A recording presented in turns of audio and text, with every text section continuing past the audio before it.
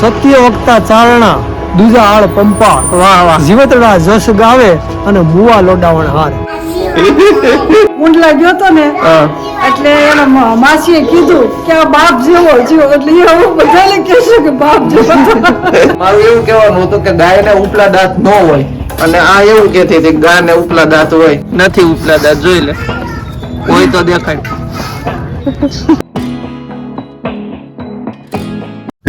જય સોમમાં જય મોગલમાં બધાને જાજાથી જય માતાજી કેમ છો બધા મજામાં આશા રાખું છું કે આપ સ્વસ્થ મસ્ત તંદુરસ્ત અને વ્યસ્ત છો welcome back to our new video our new blog મસ્ત મજાની મોર્નિંગ થઈ ગઈ છે ગુડ હવરના વાગી ગયા છે 5:30 અને રહોડામાં આવી ગયો છું મેડમજીના હાથના મેથીના થેપલા બને છે વાહ ભાઈ વાહ તળીને બનાવે છે મસ્ત મજાના થેપલા ગુડ મોર્નિંગ જય માતાજી જય મોગલમાં ગુડ મોર્નિંગ કેમ તને શેડા આયા યુગભાઈ કેમ ઠંડી હોય તો આવે એટલે આવું ગરમ ગરમ નાસ્તો ખાઈ એટલે મને મટી વાહ ભાઈ વાહ મસ્ત મજાનો લોટ બાંધેલો છે અને કુણા કુણા આઈથે કુણા કુણા થેપલા બને છે મેથીના મસ્ત મજાના ઓહો બસ લ્યો હવે આજ તો ભાઈ જામો પડી જવાનો જામો હાલો ગરમ ગરમ બેહો તો ભાવશે નકર ઠરી જાય હાલો હાલો થઈ જાય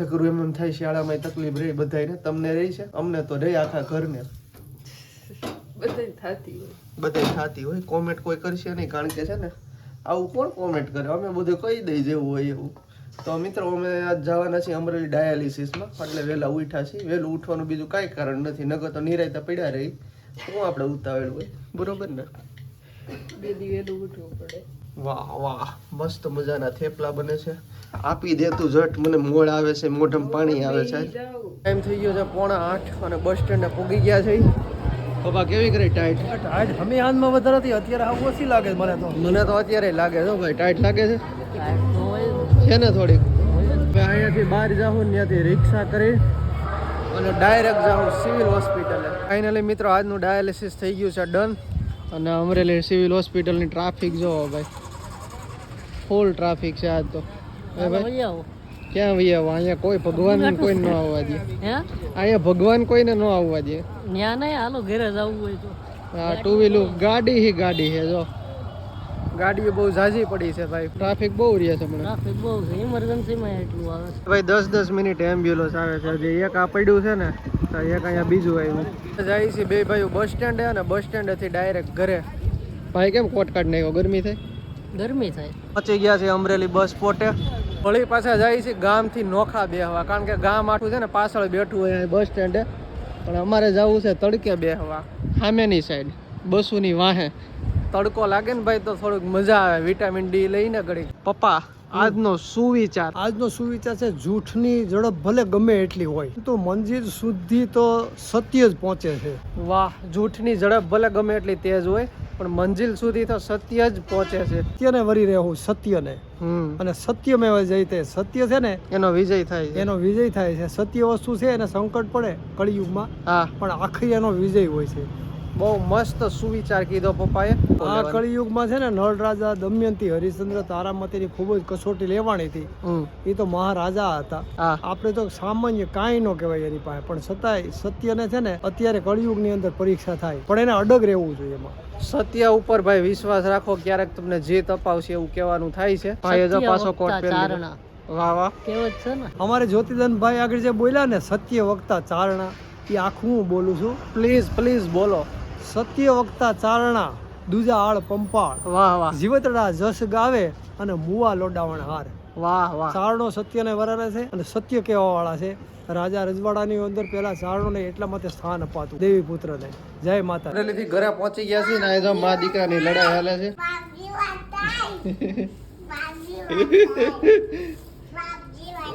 એવું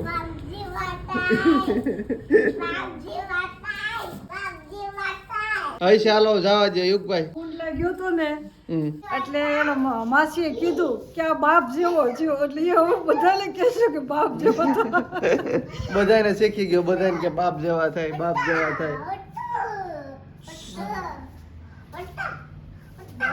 બસ લ્યો યુગભાઈ જવા દો જય માતાજી જય મોગલમાં જય સોનલમાં અને જય બાપા સીતારામ બસ અહીંયા કામ મમ્મી છે ને પછી ભૂલી બહુ જાય ક્યારેક યાદ આવી જાય ઓ માય ગોડ ये देखो યુગ હોય છે હવે જવા દો. અરે મમ્મી હાવાની નહોતી દીધી એટલે ખીજાય. ધડબડાટી બોલે છે ઘરમાં, ધડબડાટી. આ ટબુડિયું એકલું એવું છે ને. હંજવારી કાઢવી છે. થયો હેમાંથી ડખો ઈ ગયો પેલા તો. પછી હાવણીમાંથી મેં દીધી નહીં કે મારે વાળવું છે. અચ્છા એને વાળવું છે. તને દઈ તો દીધી, હવે શું છે? હાવ ખોટો હાવ. સીસી લાગ્યું. એ ખોટું લાગ્યું?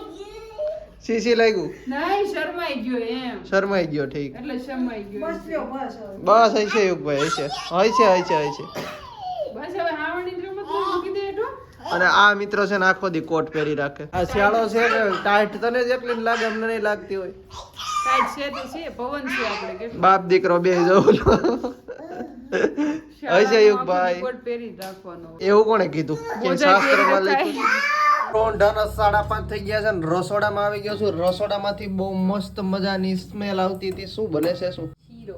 શીરો નહીં, રવો. રવો બને છે. રવો ને? સૂજીનો શીરો. રવો યાર, શીરો નહીં, રવો. નહીં સૂજીનો શીરો. આને કેતો યો તાર મમ્મીને કે રવો. ઈ કે શીરો ઈ એમ બોલો.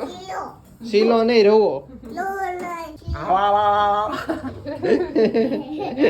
ભાઈને છે ને રોંઢે કાંઈક ને કાંઈક ખાવા જોઈએ નવું નવું, એટલે કાંઈક ને કાંઈક બનાવવું પડે. યુગરાજ ને અને એના પપ્પાને જોઈ, પણ એના પપ્પાને ક્યારેક ક્યારેક મળે છે. યુગરાજ ને તો રોજ નાનો રહ્યો ને એટલે એને કાયમ મળે છે. અરે બધા હાટું બનાવવાનું, બધાને ખાવાનું. એમ ઓકે. અને રવો કહેવાય કે શીરો? કોમેન્ટ કરી દેજો નીચે, કોમેન્ટ કરી દેજો ભાઈ.